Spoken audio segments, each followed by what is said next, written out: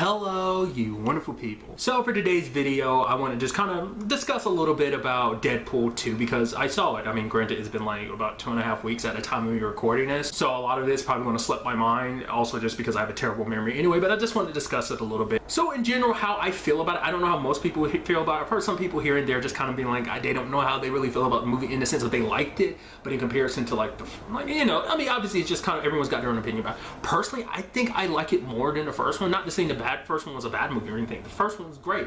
I think this was just, I don't know, I enjoyed it more in a sense, just like everything about it. Because I really like, what I liked about the first one too is like, it is this crazy comedy movie.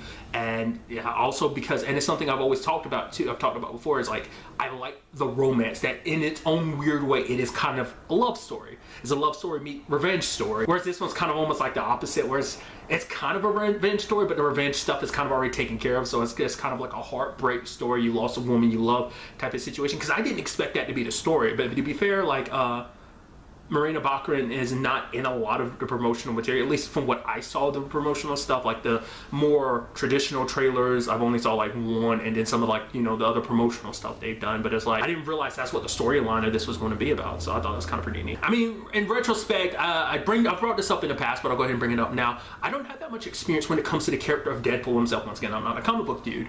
My only experience with him, other than these movies, like that includes all like the X-Men movies and stuff like that. Which once again, obviously you can't help but reference the X-Men or Wolverine's Origins movie just because that's when Deadpool kind of first popped up in the cinematics and stuff like that. But other than that, my only experience with him is the video game, as well as one episode, like I mean, he might have popped up in other ones, but there's at least one episode of Ultimate Spider-Man, the cartoon, I know he pops up in. So that's kind of my only experience with it. So these movies kind of give me a more fleshed out experience with them, and I love them for it because Deadpool is such a weird character. And I feel like the movie has to reflect that weirdness of the character. I think it's kind of neat, just the whole aspect of, because he is kind of like, because of his healing factor and stuff like that, trying to kill himself because it's like, I lost a woman I love and I can't do anything about it. And just like moments when he doesn't have his powers, is like the whole Russell situation when they're locked up in the cell and he's just kind of like, okay, you know, I'm just gonna be over here dying, you know, dying from cancer. I'm like, ugh, that's rough. But even the joke about like, once again, it's like, why does it every time I come to this place, there's no other X-Men, it's just you, and then there's that one shot where it's like, it's everyone in the room and the door closed, you can tell it's from like a different movie. Just little stuff like that, and just him getting kind of all mopey and depressed a bit, I thought was kind of interesting. I think one of my favorite scenes has to be like, probably like the baby legs thing, because obviously it's like referencing like, you know, what they did in the first movie, but more and weirder, and just, it's funny, but it makes you feel weird and uncomfortable, and I love everyone else being weird and uncomfortable about it, especially when he gets down and he's like to like Cable's waist and they're like shaking hands. I like the twist of like the secret villain, because I kept hearing like, oh, who's the secret villain, because like I heard a little bits in there about Deadpool. Like luckily no one ever spoiled anything for me, but it's just kind of like, they were like, oh, there's another villain. I never would have crossed my mind about Juggernaut. He's not the villain I would have, like, because, you know, I was like, okay, who's this other like mutant that's locked up that Russell's getting on buddy with? It's like, oh, the Juggernaut. And even like Wade being like, oh my god, I'm a fan, oh, you're amazing, like, oh my god, like one of my favorite villains or something like that. I thought it was kind of neat. Not to take it back, easily one of my favorite parts is the X-Force thing, because for one, it's like you're holding auditions. Well, I forgot his name, like I said, it's been a minute, but I forgot, like the invisible dude. It's like, I 100% thought that was bullshit, because I was like, oh, is this just like, oh, they're gonna think he's really there but he's not really there? It's like, no, like I really believed it when we saw like him with his parachute on, and I was like, oh, you really are there, you're really a character. But just like literally having an audition for X-Force, and then loving the fact is that when it's all said and done, literally the entire scene is this team was put together for them to die. I was like, wait, what? I did not see that coming, and I thought that was the greatest thing ever. I was like, holy crap. I was like, I mean, I guess they didn't, a lot of promotional material mostly focused on them just like the team being together in the helicopter and stuff like that, but it's like, well, because that's literally the only scene that they're all in there together. I was like, that's insane, that's so good. It's like, you literally put this scene together just to die, and he's just being like, oh no, Peter literally warned him about the wind and stuff like that. But it's like, no. Kind of another little interesting thing is like, just kind of like side note thing when it comes to actors and stuff like that. Russell from the future is played by Manu Bennett, isn't it? The actor's name? It's just kind of interesting because he's Slade / Deathstroke on Arrow, and just Marvel, you know, DC whole thing. Just a little side note. And once again, kind of going back to what I was bringing up earlier about the whole only a few mutants. It's like we literally got, other than Juggernaut, we got like one extra mutant, and that was Yuki. And I love it every time. It's just like, hi Wade, hi Yuki. It's just kind of like that thing, like him and Wade and Negasonic had their like back and forth, and just kind of like every time, hi Wade, hi Yuki, and it's just kind of like that's literally their only interactions throughout the entire movie. I love it. I actually thought it was kind of interesting, like the whole Russell and Deadpool dynamic. At first, it's just like the fact of the matter is, like, you can make the argument he's kind of handling the situation like an asshole, just because it's like, well, the fact of the matter is he handled it the way he did just because he's going through his situation. But at the same time, I'm like, I think he kind of handled it the right way. Obviously, that was kind of more so like, and just how like Russell kind of wanted to be friends with him, but obviously because Wade's going through what he's going through, he doesn't want to be friends. It's kind of like, you know, saying what he's saying just because it's like, but it's kind of interesting because he does care about the kid, even though he kind of doesn't show it at the beginning. I still think that's kind of nice. He does try to save the kid in the end, and I love the whole scene of him trying to get Colossus to work with him and everything, and it's just kind of like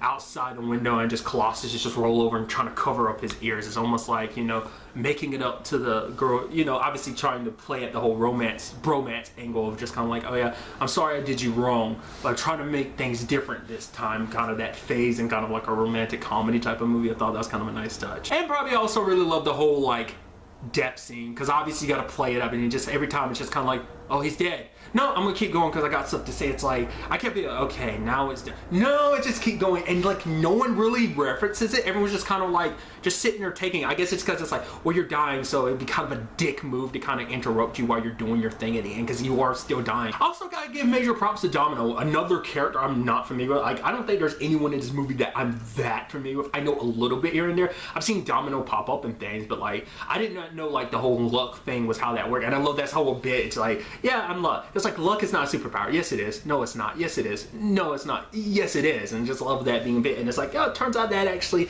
is a thing, and it works out for great. And how they utilize that in the movie as well. I also think they did a good job, obviously, because you could tell Cable was supposed to, obviously, like with just who Cable is, would be the straight man in the situation anyway when it comes to this duo. But I love the whole dubstep bit, and he plays into it too, talking about how dubstep is dead in the future, and then it's like, oh, dubstep's for pussies. It's like, even he gets lines into it, you know, and I love that aspect about it. That even though like him and Wade have their issues, I mean, it's kind of like, well, Cable comes from a future where everything is the way it is, and it's just like he wants to save his family and stuff. So obviously he's a man on a mission. It's actually kind of interesting, kind of the parallels, because it's like, well, Wade is in a rush to die so he can be reunited with a woman he loves, and you have Cable trying to reverse death, you know. So it's just kind of interesting how that works out. But honestly, I kept hearing people talking about it, and I didn't know what it was all about, so I was glad to be surprised about the mid-credit thing.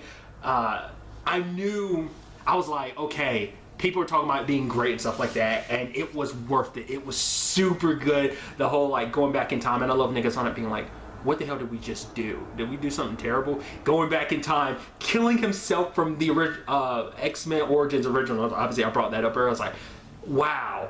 Then saving Vanessa. Well, that was obviously stop number one, obviously. Also, the whole like killing himself as Ryan Reynolds because he got Green Lantern. I'm like, that's super good. That's such a strong thing to do, especially with that. So I'm interested to see, like, because obviously like Cable thought like, oh yeah, and I was actually surprised by that too, that he reversed it by being like, oh yeah, like here I am, I'm going back in time and I'm saving your life, essentially. Like I'm using the one last bit of time travel I could use. And I love they make a joke about it, just making it so it can only be used twice. That's just lazy writing. But then like it gets fixed later on, so it's just kind of like the last thing you want is Deadpool with a freaking ability to just the time travel and screw with the timeline. Which I'm wondering, did he ever because actually this is kind of, I don't know if there was like an end credit, because I actually just ended up leaving because of the bit. Because why? Because I feel weird and awkward, because you can tell like the people are there like, okay, it's time to clean up, but you SOBs are still sitting in the theater. I mean, it wasn't long. I mean, like I said, I kind of ended up watching this movie late, so there weren't that many people in the theater. So I kind of wanted to stick around, but at the same time, I feel weird about that. Kind of like, you're trying to do your job, and I don't want to be in your way. So that's the whole thing. But that's beside the point. So I don't know what happens at the end thing. So that's going to be something I end up finding out when it comes out, like later on, like Blu-ray and blah blah blah. I'm wondering, does he ever tell Cable about the fact that it's like, oh yeah, I got this fixed so you can kind of go home at any time, or is he just gonna be a dick about it and use it up and be like, oh, I don't know what to tell you, Cable. I mean, I guess it never got fixed, and just used all the jumps in it that it has, and Cable's just stuck in present day. So I do like that. It is kind of like, oh yeah, he finally has the F word, you know, the family and everything, and he built this group, that he has his family. I also love that the only person, I mean, at least that we know of with the mid-credit scene, one thing he did is he saved Peter. Didn't seem like he gave a crap about anyone. It didn't make a scene to go, oh, he's saving everyone. It's like, nope, only person he went out of his way to save was Peter. And it's like, well, in all honesty, I can't blame you for it, because Peter's well worth it. Probably, now I'm sitting here thinking about it, I also love the bit about, like, Cable. I'm literally, every time I'm saying about to say Cable, I have to stop myself because I'm about to say Thanos. It's just, because that's messing with me.